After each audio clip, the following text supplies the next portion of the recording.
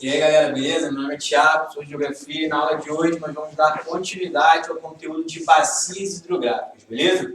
Na semana passada eu comecei a falar com vocês sobre as características gerais das bacias hidrográficas brasileiras, então só para a gente dar uma relembrada antes de continuar com a matéria, falei para vocês que as bacias hidrográficas no Brasil elas possuem algumas características específicas que você tinha que levar para a prova, correto? Falei que a bacia hidrográfica era uma área do espaço geográfico onde a água da chuva ela é drenada em direção ao rio principal e os seus afluentes. Beleza. E quais são as principais características? Falei com vocês que a bacia ela pode ter um regime de alimentação nival, pluvial ou mista, correto?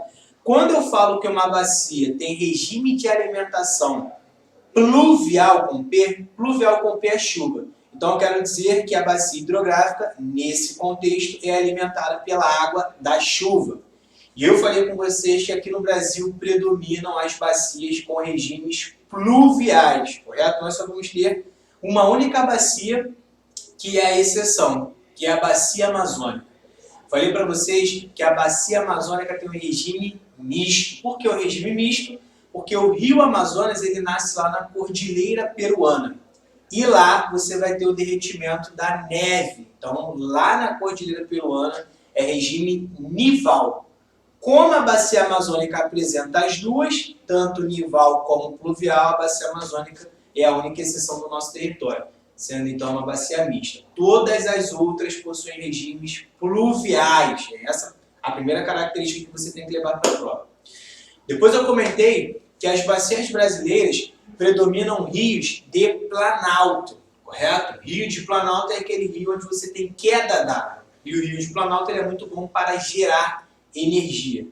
Na aula de relevo, vocês viram que aqui no Brasil nós temos mais planaltos do que qualquer outro tipo de relevo. Então, consequentemente, os rios que predominam aqui, rios de planalto, ótimos para a geração hidroenergética. Quais são os dois rios que eu pedi para vocês lembrarem? Rios de planície, dois no Brasil. A Amazonas, sendo o maior, e o segundo maior rio de planície no Brasil, Rio Paraguai. Tranquilo? Então, quando você for para a prova, você tem que ter em mente que os rios que predominam são rios de planalto, só que nós temos dois rios importantes sendo de planícies, Rio Amazonas e o Rio Paraguai. Show de bola!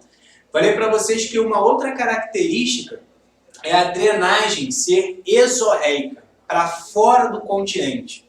Todos os rios de grande porte no Brasil, todos os rios principais, terão a sua foz no Oceano Atlântico. Todos os grandes rios brasileiros, não interessa se ele está lá no interior do continente, uma hora ou outra esse rio vai desembocar fora do continente. Beleza? Vai desembocar no oceano, então são exorreicos. Outra característica que você tem que levar para a sua prova. Beleza? Comentei com vocês que os rios eles podem ser perenes ou intermitentes. Rios perenes são aqueles rios que nunca secam. Show de bola? E é o que vai predominar no Brasil. A maioria dos rios brasileiros não vão secar em nenhum momento ao longo do ano. Show de bola? Rios intermitentes são aqueles rios temporários, rios que secam em determinados momentos. Show de bola? E aí eu comecei a falar com vocês sobre as bacias hidrográficas brasileiras. Tranquilão? Antes eu comentei com vocês também, só para não deixar passar, em branco, eu comentei sobre a foz. Falei que existe foz em delta e foz em estuário. Qual é a foz que predomina no Brasil? Foz em estuário. Foz é onde o rio deságua, onde ele termina. Foz em estuário é quando o rio deságua de uma vez só, que é o que você está vendo na imagem. Ele vai desaguar em um único canal, em um único braço, estuário. Quando o rio ele abre ramificações, quando ele se subdivide em vários outros rios menores, na foz, nós vamos chamar de foz em delta.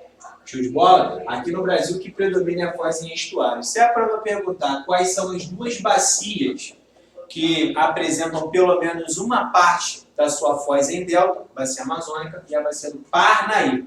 A bacia do Parnaíba, a foz dela é em delta e a foz da bacia amazônica ela é mista.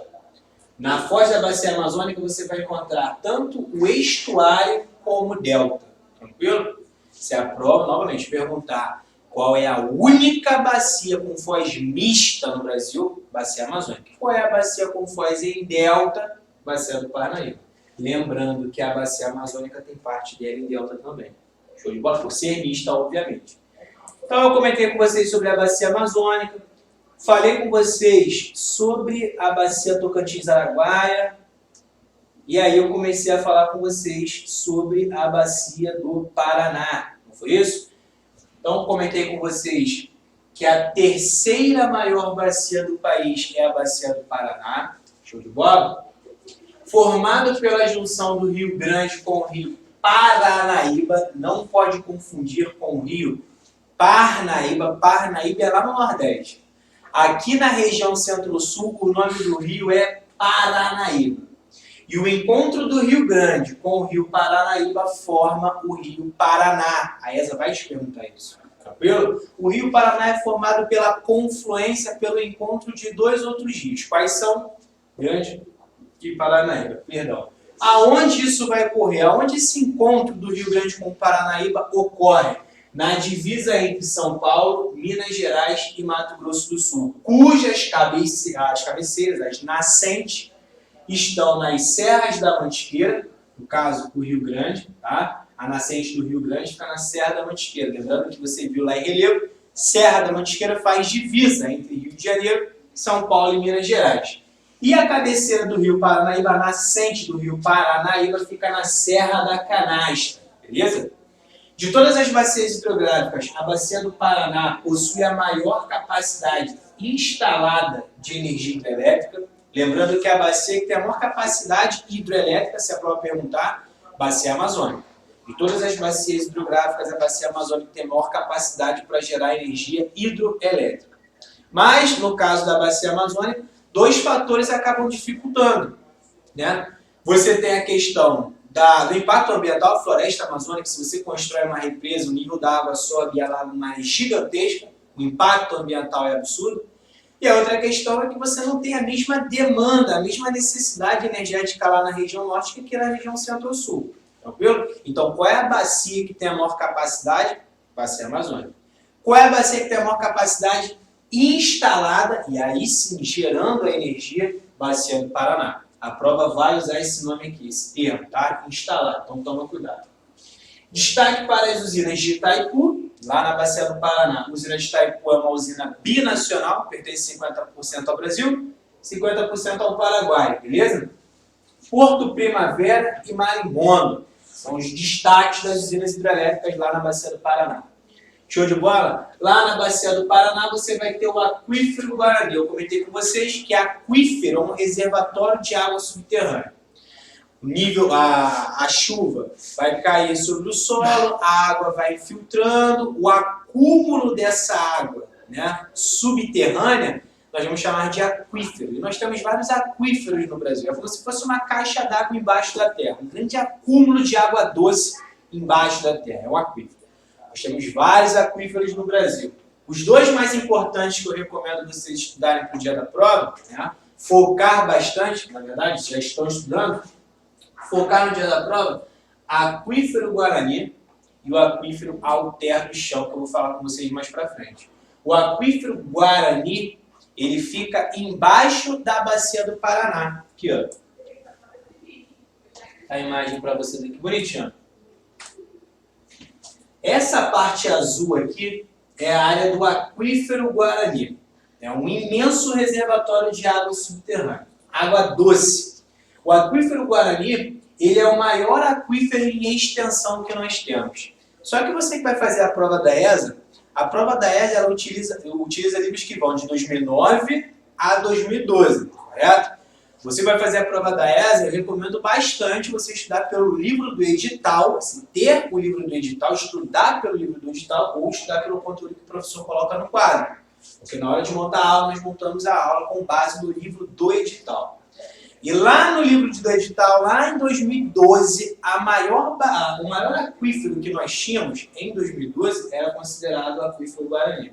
Tanto em extensão, em tamanho, ocupa uma área gigantesca, como em volume de água, quantidade de água. Então, em 2012, o aquífero Guarani era considerado o maior aquífero em extensão e volume de água. Hoje nós sabemos que o aquífero que possui maior volume de água não é o Guarani. É um aquífero lá na região norte chamado aquífero Alter do Chão, que fica abaixo da bacia amazônica. Tranquilo? Só que essas informações são atuais. Você tem que considerar as informações de 2012, as informações que estão no livro. Beleza? E no livro digital eles ainda continuam colocando, né, em 2012, que o maior aquífero no Brasil, tanto em volume como em extensão, o aquífero Guarani. Show de bola? Então considera isso. O aquífero Guarani é tão grande que ele pega 4 países: Brasil, Paraguai, Argentina e Uruguai. Sendo que a maior parte do aquífero Guarani é encontrado em território brasileiro. Aqui no Brasil ele pega Mato Grosso do Sul, Goiás, Minas Gerais, São Paulo, Paraná, Santa Catarina e o Rio Grande do Sul. Tranquilão? Voltando aqui, ó, só para fechar.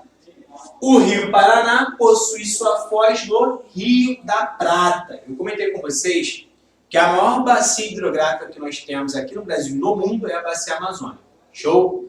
A segunda maior bacia hidrográfica do mundo é uma bacia chamada Bacia da Prata. Por que Bacia da Prata? Porque o rio principal dessa bacia se chama Rio da Prata. Beleza? Então, é uma bacia gigantesca.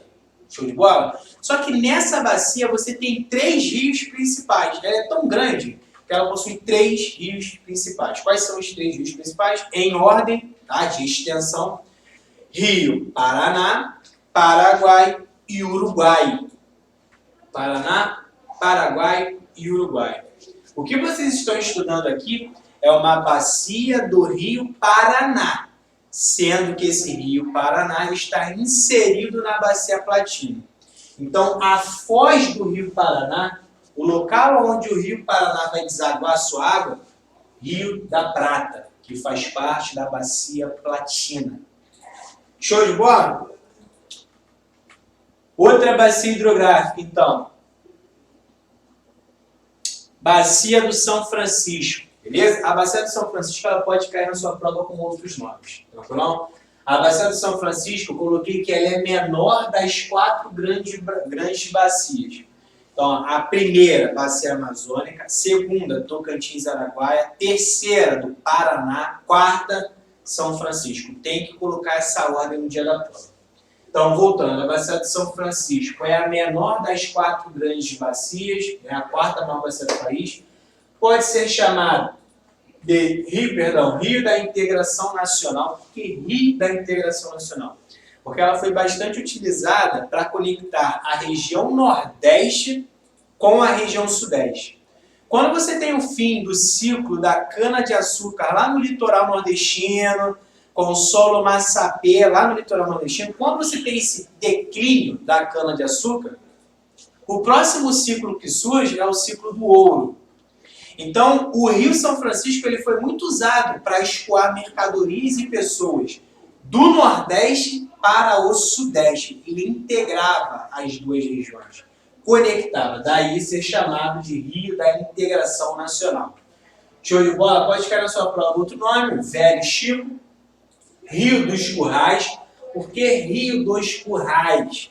Porque durante o período do Brasil colônia, você já sabe, o litoral nordestino era responsável pela produção de cana-de-açúcar, já que precisava ser exportado. Então era mais fácil você produzir no litoral, já que você tinha que colocar no navio e mandar para a Europa. Além da questão do solo fértil. Show de bola. Só que a população precisa se alimentar, precisa comer. E a atividade da pecuária, da criação de gado, não tinha necessidade de ficar no litoral, você exportava a carne. Então você colocava a pecuária, a criação de gado, para o interior do Nordeste. E é justamente no interior aonde você encontra o Rio São Francisco. Então a pecuária, essa criação de gado, ela ficou às margens do Rio São Francisco, ao redor do Rio São Francisco. Então quando você passava pelo Rio São Francisco, no interior do Nordeste, você via aquela grande atividade da pecuária, criação de gado, daí o São Francisco ser chamado também de Rio dos Currais, por conta dessa pecuária que existia ao redor do rio. Ou pode cair na sua prova como Rio Nilo brasileiro. Por quê? Assim como o Rio Nilo, lá no continente africano, o Rio Nilo ele passa pelas regiões desérticas e não seca. O Rio São Francisco, a mesma coisa. O Rio São Francisco ele passa pelo sertão nordestino, pelo semiárido e não vai secar. Perdão, e não vai secar. Por que ele não seca? Porque a nascente do Rio São Francisco fica em uma área chuvosa, que é a Serra da Canastra, em Minas Gerais. Então, como a nascente é constantemente alimentada pela água da chuva, mesmo esse rio indo a longas distâncias lá no sertão nordestino, ele não vai secar. Rio Nilo brasileiro. Como eu disse, Rio São Francisco nasce na Serra da Canastra, em Minas Gerais. Show de bola? Percorre do Cerrado até a Caatinga, da nascente dele até a Foz, Cerrado, Caatinga. O livro não menciona, se a prova colocar outra vez, você tem que lembrar. Como ele vai ser desembocado no litoral, né? A foz dele é no litoral leste do Brasil. Litoral leste, você viu que o bioma é um bioma de Mata Atlântica. Então, na verdade, o Rio São Francisco ele passa por 3 biomas. Passa pelo Cerrado, que é a nascente, a Caatinga, e ele vai desembocar em uma área de Mata Atlântica. Abrange da nascente até a foz, em ordem. Você tem que levar isso aqui para o dia da prova. Em ordem, da nascente até a prova, o Rio São Francisco percorre Minas Gerais, Distrito Federal, Goiás, Bahia, Pernambuco, Alagoas e Sergipe. Principalmente você tem que lembrar desses dois aqui, ó, Alagoas e Sergipe. Por quê? O Rio São Francisco ele é utilizado como divisor natural entre alguns estados. Tranquilo? Então você tem de um lado do rio um estado, do outro lado do rio, outro estado. O Rio São Francisco é um divisor natural, beleza? Divisor natural entre Minas Gerais e Bahia. Entre Minas Gerais e Bahia, o que vai delimitar Rio São Francisco? Divisor natural entre Bahia e Pernambuco. E na sua foz, ele vai ser o divisor natural entre Sergipe e Alagoas. Por isso que eu peço para vocês lembrarem sempre desses dois aqui, ó, Sergipe e Alagoas. Porque é justamente na sua foz que esse rio vai dividir os dois estados. Tranquilão? Outras características. Bacia do São Francisco possui poucos afluentes. Lembrando que afluentes são rios menores, são rios com extensões menores, e esses rios conectam a água até o rio principal. A água da chuva ela vai cair no relevo e vai ser drenada em direção ao rio principal com os seus afluentes. Esses afluentes que possuem menor porte vão alimentar o rio principal com a água da chuva, no caso do regime pluvial, que é o que predomina no Brasil. Show de bola? Rio São Francisco, maior rio inteiramente brasileiro. Se liga só, na aula passada eu comentei com vocês que a bacia genuinamente brasileira que possui a maior extensão, ou a maior bacia genuinamente brasileira, aquela bacia que você só encontra no Brasil, a maior que nós temos é a Tocantins-Araguaia. Bacia. Bacia, isso é um conjunto de rios.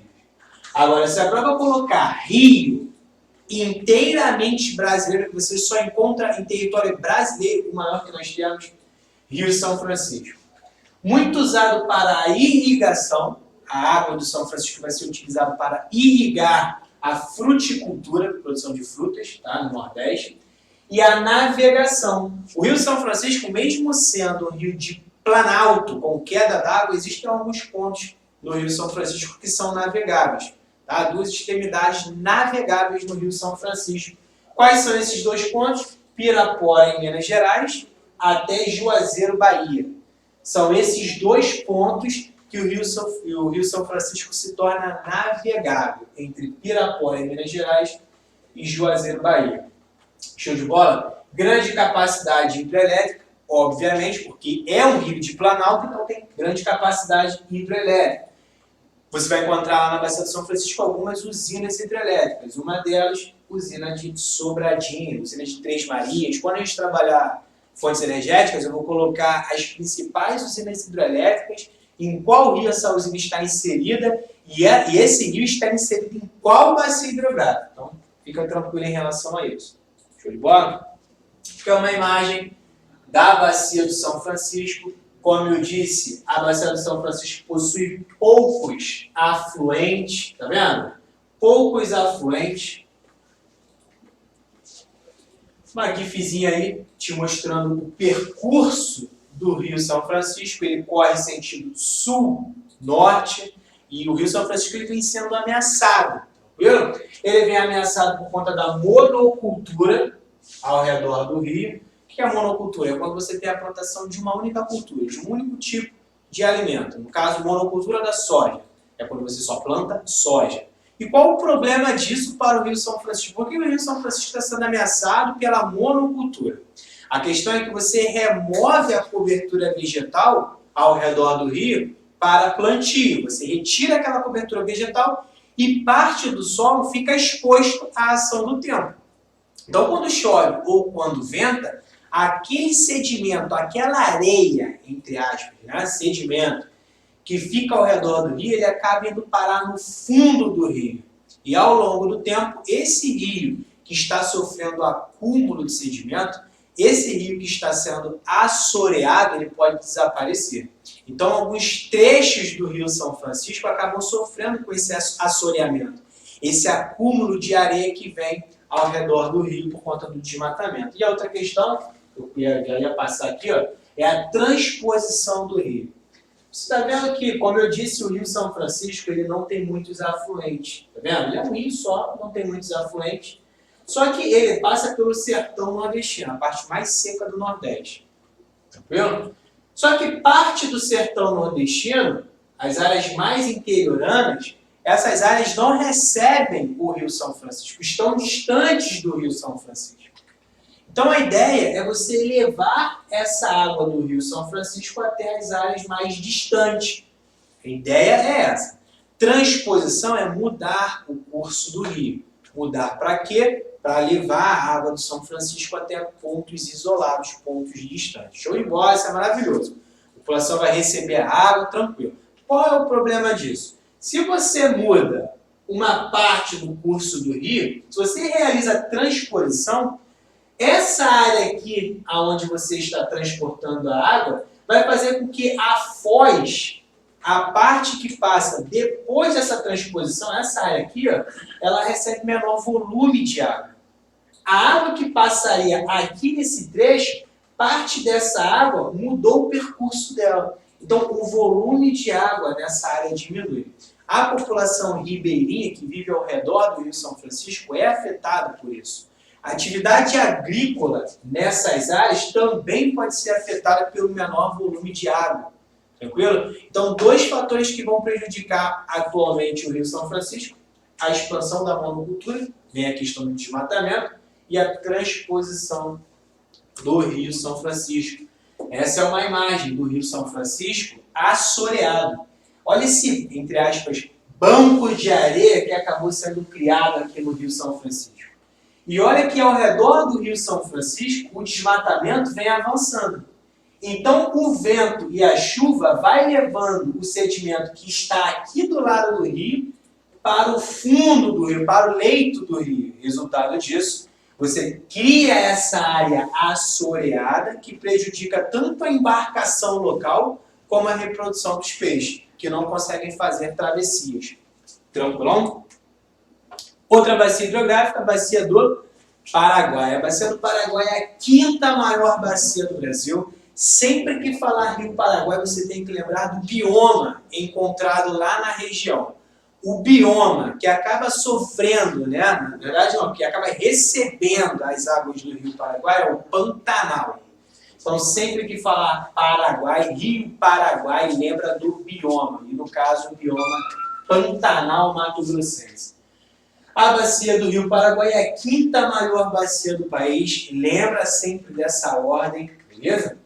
Nasce na Chapada dos Parecis, no estado do Mato Grosso, até chegar nas planícies da onde que eu falei? Pantanal Mato Grossense. Então ela nasce na Chapada, no estado do Mato Grosso, até chegar à planície do Pantanal, que é a maior planície inundável do mundo.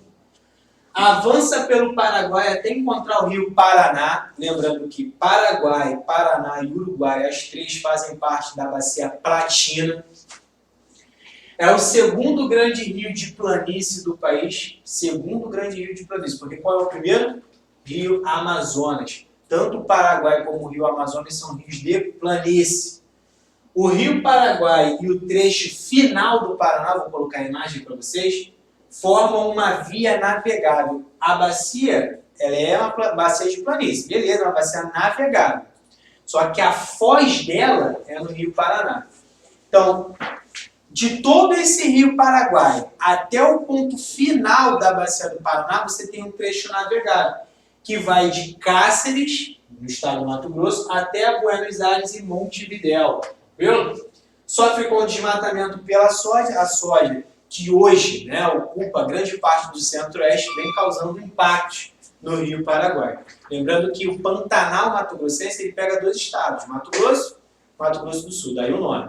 Né? E o Pantanal ele vem sofrendo os impactos provocados pelo desmatamento, pela expansão da soja. Consequentemente, o Rio Paraguai também sofre com esse desmatamento.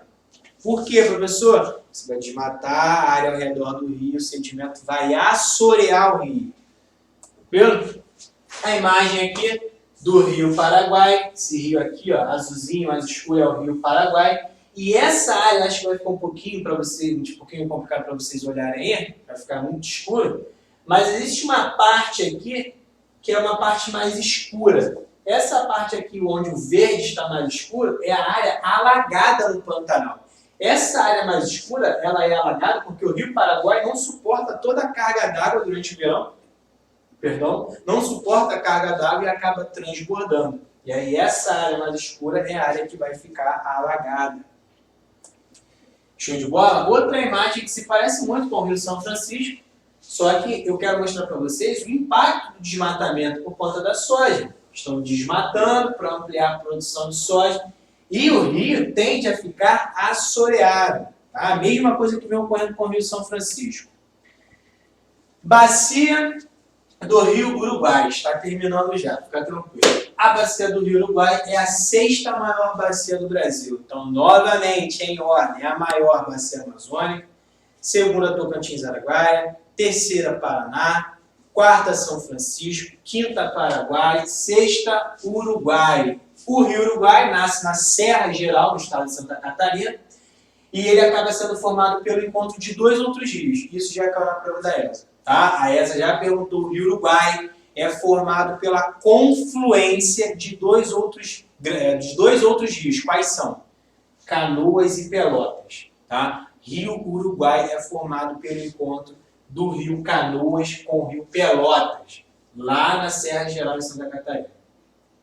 Percorre a fronteira Brasil-Argentina, vai margeando os dois países, Brasil e Argentina, até desembocar no Rio da Prata. Novamente, Bacia da Prata, Paraná, Paraguai e Uruguai. O Uruguai sendo o menor rio dessa bacia platina. Tranquilo? Muito usado na risicultura, o rio Uruguai, ele é muito usado na risicultura. O que é risicultura? Produção de arroz por alagamento. Você cria uma área alagada e essa área alagada ele é favorável para a produção de arroz. Essa produção de arroz é em área alagada, risicultura. Show de bola? Existe uma vegetação chamada capão. Quando você for copiar, sublinha isso daqui. Essa vegetação é importante. Por que é importante? Porque ela nunca caiu na prova da ESA, mas isso está no livro do edital. Está lá no livro do destaque de 100. Então, como está no livro do edital, eles podem cobrar. E como nunca cobraram antes, podem colocar agora só para dar uma dificultada no nível da prova. Então, existe um tipo de vegetação chamada capão. Capão é um tipo de vegetação arbórea. Eu falei para vocês que a vegetação, os biomas, são divididos em biomas arbóreos ou arbustivos. E no caso das formações complexas, que é tanto arbóreo como arbustivo, nós temos o Pantanal e o mangue. Mas o bioma arbóreo é aquele bioma onde você tem predomínio de árvores de grande porte. Sempre falar bioma arbóreo ou formação arbórea, são árvores de grande porte. O capão é uma formação arbórea. Tá? Então eu coloquei aqui, ó, comum ocorrência do capão, lá na bacia do Uruguai. O que é um capão? É uma vegetação arbórea arredondada. É uma árvore de grande porte, que você está vendo aqui na imagem, é uma árvore de grande porte, e ela tende a ser arredondada. Tá vendo? Arredondada. Tanto é que você tem uma cidade lá, né, uma comunidade lá em São Paulo chamada Capão Redondo. capão redondo, porque essa vegetação de capão ela é arredondada. Beleza, e como que o capão se forma? Lençol freático, já expliquei a vocês na aula passada, que é uma fina camada de água subterrânea. A água da chuva infiltra no solo, vai se acumular no solo, entre uma rocha matriz, uma rocha bem consolidada, onde a água não infiltra. Então, entre essa rocha matriz e o solo, você tem uma fina camada de água subterrânea. Nós chamamos isso de lençol freático. Tranquilo? Existem alguns pontos onde o lençol freático ele fica bem próximo da superfície. Entre a rocha matriz e o solo tem o lençol freático. Quando ele fica bem próximo da superfície, a vegetação vai se aproveitar disso. Não precisa ter uma raiz muito profunda para captar água. Eu posso ter até medo de falar certas coisas, porque nós temos um professor de biologia aqui na sala. Mas existe uma vegetação que vai aproveitar essa facilidade do lençol freático que está bem próximo da superfície e ela consegue crescer com maior porte, só que de maneira arredondada, o capão. Você vai encontrar o capão só na bacia do Uruguai? Não, o capão você encontra no país inteiro. Eu só coloquei na bacia do Uruguai porque no livro do edital eles colocam uma janelinha pequenininha para falar um pouquinho da vegetação local. Mas capão você encontra no país inteiro. Tranquilão? Essa é a imagem da rizicultura, da produção de arroz por alagamento, que é algo muito comum lá na bacia do Uruguai. Você cria uma área encharcada, alagada, e o arroz adora essa área alagada. Então, produção de arroz por alagamento, rizicultura. E aqui no Brasil, você vai encontrar essa rizicultura basicamente em 2 lugares, tá? Na bacia do Uruguai e na bacia do Parnaíba, que é a bacia que eu vou falar agora. Parnaíba no Nordeste, Paranaíba no Centro-Sul. Nunca esqueça disso. Parnaíba, em relação à bacia do Parnaíba. Segunda mais importante da região Nordeste, qual é a primeira? São Francisco. São Francisco é a bacia mais importante para o Nordeste e a segunda mais importante, Parnaíba. Encontra-se na zona de transição entre a região amazônica e o Nordeste. É uma área que é um pouco mais úmida, tranquilo? Do Nordeste. Ela vai estar entre o sertão nordestino, que é seco, e próximo à Amazônia, que é úmida. Então ela fica entre as duas, nós dizemos que é uma área de transição, de travessia, de mudanças graduais. A maioria dos afluentes são perenes, mesmo você tendo essa bacia hidrográfica no Nordeste, a maioria dos afluentes dos rios de menor porte são perenes, não secam. No seu baixo curso é próximo a Foz. Alto curso é em direção à nascente, alto curso, a região alta de altitude. Baixo curso é em direção a Foz, onde a água acaba se acumulando. No seu baixo curso é usado para irrigação de arroz, para irrigação da rizicultura, como eu acabei de falar. 2 bacias que vocês precisam decorar quando falar rizicultura na prova. Uruguai e Parnaíba. O rio divide os estados do Maranhão e Piauí. Tem que lembrar que o rio Parnaíba ele é usado como divisor natural entre 2 estados, Maranhão e Piauí. A foz do rio São Francisco também é usada como divisor natural entre 2 estados. Quais são? Sergipe e Alagoas. No caso do Parnaíba, Maranhão e Piauí. É um rio que possui foz em delta. Eu comentei com vocês na aula passada e fiz a revisão hoje no início da live. A foz do Parnaíba é em delta e a foz da bacia amazônica é mista. Show de bola? Essa é a imagem da bacia do Parnaíba, a delimitação da bacia do Parnaíba, tá? Só para vocês terem uma ideia da dimensão. Aqui, ó, pega essa parte aqui no Brasil, ó, lá no Nordeste. Olha como que você vai ter a foz entre o Maranhão e o Piauí. Viu? Região hidrográfica do Nordeste Ocidental. Daqui para frente agora é bem simples. É questão de muita decoreba. Existe o livro do Eustáquio de Sene, né, que é cobrado na prova, e o Eustáquio de Sene ele vai pontuar as regiões hidrográficas. Tanto o Eustáquio de Sene como a Lígia Terra, na verdade. Eles vão trabalhar algumas bacias hidrográficas que possuem extensões menores. Não são grandes bacias hidrográficas, mas elas são importantes. Elas são chamadas também de bacias litorâneas, porque ficam no litoral, tranquilo? Então, nós temos uma bacia hidrográfica, que é a região hidrográfica do Nordeste Ocidental. Essa parte rosa aqui, você perceber, boa parte dela está no litoral, por isso bacia litorânea.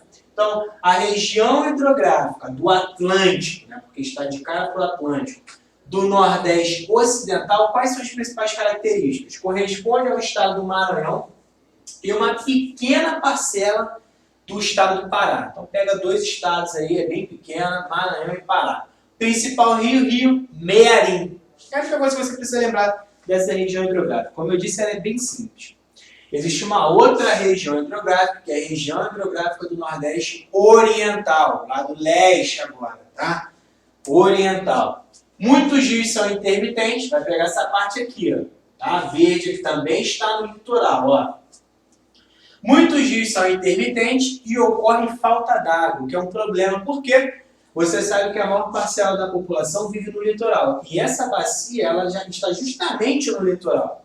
Então é uma bacia que falta d'água, porque muitos rios são intermitentes, são rios que só aparecem durante períodos de chuva, são rios temporários. Tranquilo? O principal rio, Rio Jaguaribe. Para quem já foi, é um rio muito bonito.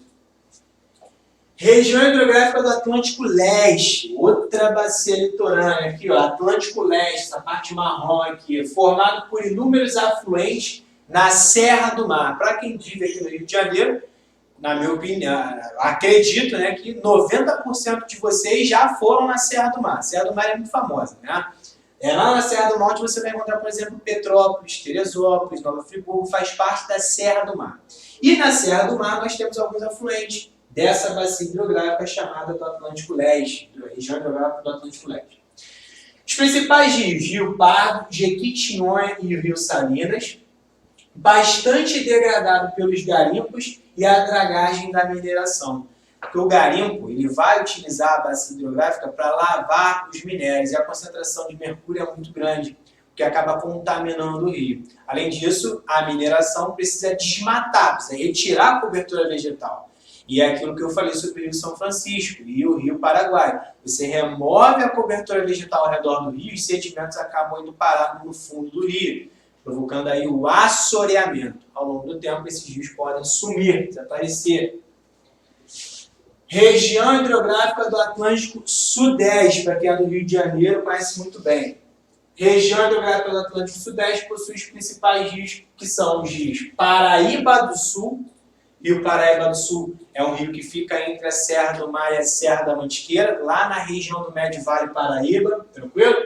E o Rio Doce sofre com a pressão industrial, principalmente a siderurgia. No caso, para quem vive no Médio Vale Paraíba, conhece, por exemplo, a CSN, Companhia Siderúrgica Nacional, né? E a extração de minério ao redor dos rios acaba prejudicando o leito do rio. O sedimento acaba indo parar no fundo desse rio, provocando o assoreamento. Tanto a questão da mineração, como a questão da agropecuária, da monocultura, você já sabe quais são as causas que acabam prejudicando o rio. Remoção da cobertura vegetal. No caso da siderurgia, a mesma coisa. Extração de minérios e produção de aço. Siderurgia produz aço. Região hidrográfica do Atlântico Sul. A última, para fechar, de todas que você precisa lembrar, na minha opinião, sobre as regiões hidrográficas, lembra logo da região hidrográfica do Atlântico Sul, porque a prova pode perguntar qual é a região hidrográfica que possui o maior volume de água. Tá? Então, dentre essas bacias costeiras, litorâneas, a que possui o maior volume de água é a região hidrográfica do Atlântico Sul, muito usada para irrigação, tá? Plantação, agricultura. Os principais rios, Rio Itajaí e o Rio Capivari no estado de Santa Catarina, e no Rio Grande do Sul, os rios principais, Taquari, Camaquã e Jacuí. Show de bola? Vamos resolver alguns exercícios agora? Doisinho? Aqui, ó. Nós já resolvemos essa semana passada. Aqui, ó.